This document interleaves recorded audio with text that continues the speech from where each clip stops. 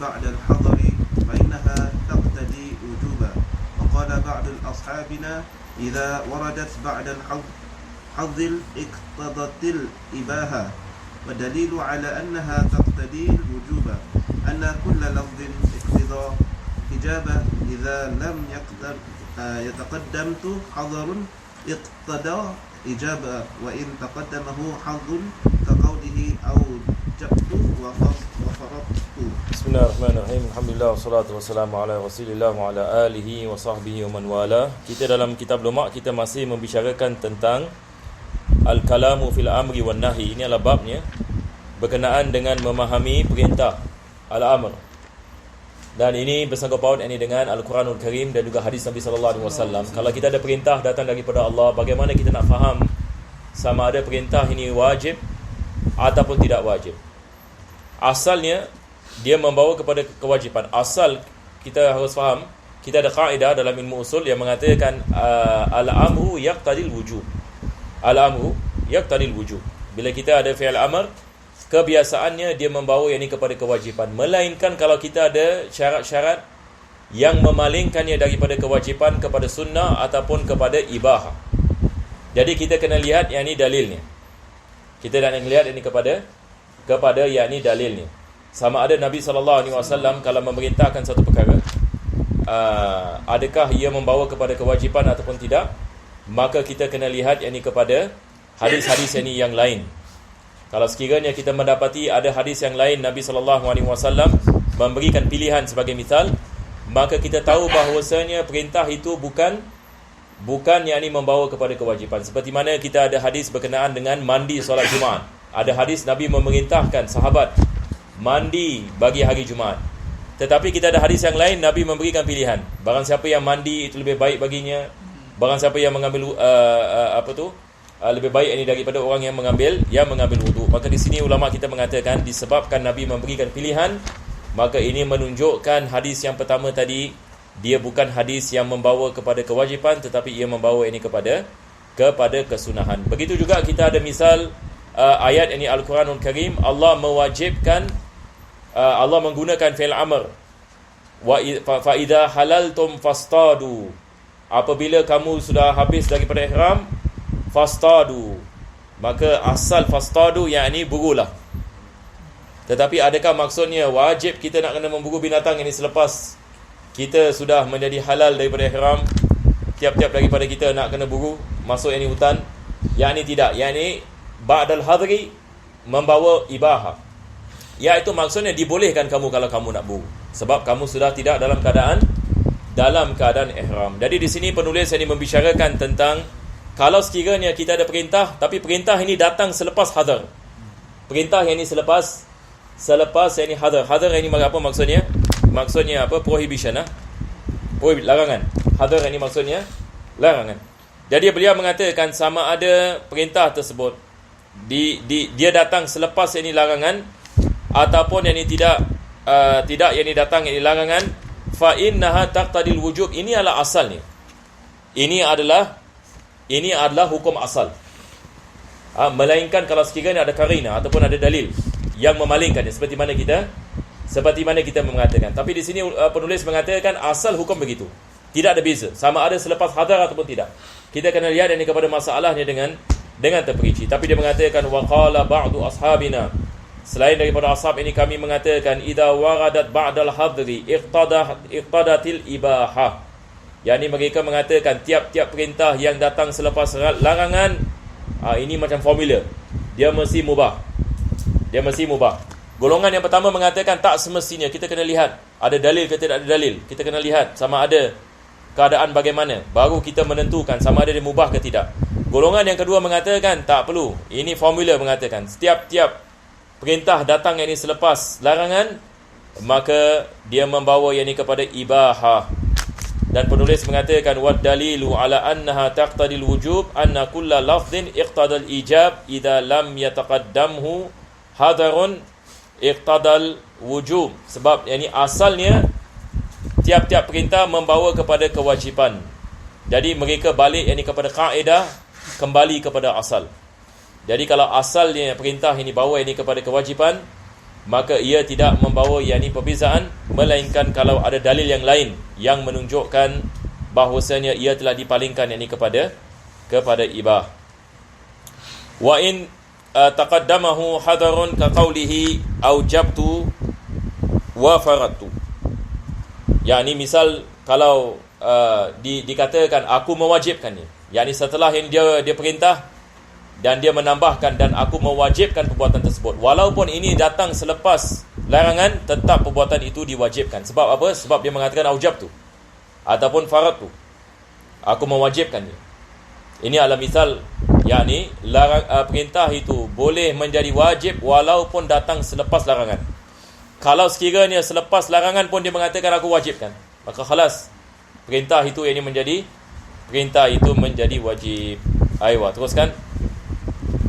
فصل في سقوط الجواز لسقوط الوجوب إذا دل الدليل على أنه لم يرد بأمر وجوب لم يجوز احتجاب به في الجواز ومن أصحابنا من قال يجوز والأول الأظهر لأن أمر لم يوضع للجواز وإنما وضع للإجابة والجواز يدخل فيه على سبيل التبعيد فإذا سقط الوجوب سقط ما دخل فيه على سبيل التبعيد. Nah, di sini penulis mengatakan idza dalla dalil ala annahu lam yarid bil amri al wujub. Yani kalau sekiranya ada dalil yang menunjukkan bahwasanya sesuatu perintah itu tidak membawa kepada kewajipan. Sesuatu perintah itu tidak membawa ini kepada kewajipan, maka tidak dibolehkan kita menggunakan dalil tersebut untuk membuktikan jawaz. Tidak dibolehkan kita menggunakan dalil yang tersebut untuk yakni membuktikan bahawasanya ia adalah mubah. Sebab kalau sekiranya kita ada perintah misalan, dan kita mengatakan perintah ini tidak membawa makna wajib, tetapi dia boleh membawa makna sunnah. Dia boleh membawa makna sunnah, dia boleh membawa makna mubah. Jadi kita tidak boleh terus menggunakan dalil tadi yang mengatakan perkara ini tidak membawa ini kepada kewajipan, kita menggunakannya untuk berdalil bahawasanya dia membawa ini kepada mubah. Sebab kita memerlukan dalil untuk menerangkan bahawasanya ia telah dipalingkan kepada mubah. Apakah perkara yang memalingkannya kepada mubah? Sebab ini ada possibility dia membawa makna mandub. Dia membawa yakni makna mandub. Sebagai misal, yakni mandi Jumaat tadi kita mengatakan, yakni perintah itu bukan membawa kepada wajib, tetapi dia membawa yakni kepada membawa kepada makna mandub. Kita tidak boleh menggunakan dalil itu untuk mengatakan mubah. Betul ke tidak? Sebab yakni perkara tersebut yakni bersangkut paut yakni dengan yakni ibadah. Maka kita menghukumkannya ini sebagai sesuatu perkara yang sunnah. Ada jenis perintah kita mengatakan dia membawa mubah. Sebagai misal Allah mengatakan kulu washrabu wala tusrifu. Makan dan minumlah. Kenapa di sini kita mengatakan dia mubah? Kita tak mengatakan mandub. Tetapi berkenaan dengan mandi bagi hari Jumaat kita mengatakan yang ini mandub. Maka di sini ulama kita mengatakan kalau sekiranya perintah itu bersangkut paut ini dengan ibadah, dia membawa makna mandub. Kalau sekiranya kita memalingkannya daripada kewajipan. Tapi kalau sekiranya perkara-perkara yang bersangkut paut ini dengan selain yang ibadah seperti makan dan minum, berjalan ini dan sebagainya, maka dia dipalingkan yakni kepada jawaz. Jadi maksudnya kita nak kena lihat yakni kepada jenis perbuatan itu. Kita tidak boleh mengeluarkan satu kaedah yang umum tanpa kita meraihkan syarat-syarat ini. Ini yang penulis tadi mengatakan dia tidak dipalingkan terus yakni kepada jawaz. Jadi kita nak kena lihat yakni kepada perkara yang diperintahkan itu. Apakah jenis ini perkara yang diperintahkan untuk kita memastikan sama ada dia membawa kepada makna mandub ataupun dia membawa ini kepada makna jawaz, walaupun beliau mengatakan ada khilaf, wa min ashabina man qala yajuz wal awwal adhhar. Imam Syirazi ini mengatakan pendapat yang pertama yang dipilih, yang mengatakan tidak dipalingkan kepada jawaz, begitu sahaja. Tetapi kita mesti lihat dengan dalil, sama ada dia memalingkan kepada sunnah ataupun kepada mubah. Li'annal amra, lepas tu disyaratkan kenapa dia tarjihkan pendapat yang pertama. Selepas itu dia menerangkan, dia mengatakan li'annal amra lam yudha' lil jawaz. Asal yang perintah ini dia tidak membawa makna mubah. Asalnya tidak. Wa innama wudi'a lil ijab. Asalnya dia bawa kepada makna wajib. Perintah ini bawa ini kepada makna wajib. Wal jawaz yadkhulu fihi 'ala sabilit taba'. Jadi jawaz ini, yakni makna mubah, dia boleh dipalingkan daripada kewajipan sebab dia mengikuti kewajipan. Yakni kalau kita tidak dapat mendalilkan bahawasanya perintah ini membawa kepada kewajipan, adakah dia bawa kepada mandub? Kalau sekiranya kita tidak dapat mengetahui ataupun menggunakan dalil ini membawa kepada mandub, baru kita mengatakan dia mubah. Nampak tak? Jadi dia di bawah perintah, dia di bawah kewajipan. Mubah ini dia di bawah kewajipan. Kalau kita tidak boleh memalingkan kepada kewajipan, kita memalingkan kepada mandub. Kalau tidak, ini baru kita memalingkan ini kepada mubah. Jadi asal perintah dia adalah kewajipan. Jadi dia mengatakan mubah ini ataupun jawaz ini dengan mubah sikit lebih kurang sama, ya. Jawaz, bila kita mengatakan jawaz ini maksudnya mubah, dia mengikuti kewajipan. Fa idza saqatal wujub, kalau sekiranya kewajipan itu jatuh, saqata ma dakhala fihi ala sabilit taba'.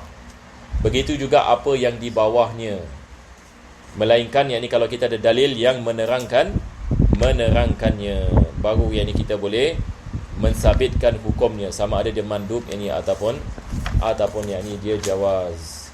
Wallahu a'lam yakni bis-shawab. Jadi insyaAllah ini kita berhenti di sini. Bahasa yang seterusnya agak panjang sedikit, ya. Kita tangguhkan ini insyaAllah. Sallallahu ala sayyidina Muhammadin wa ala alihi wa sahbihi sallam. Alhamdulillahi rabbil alamin.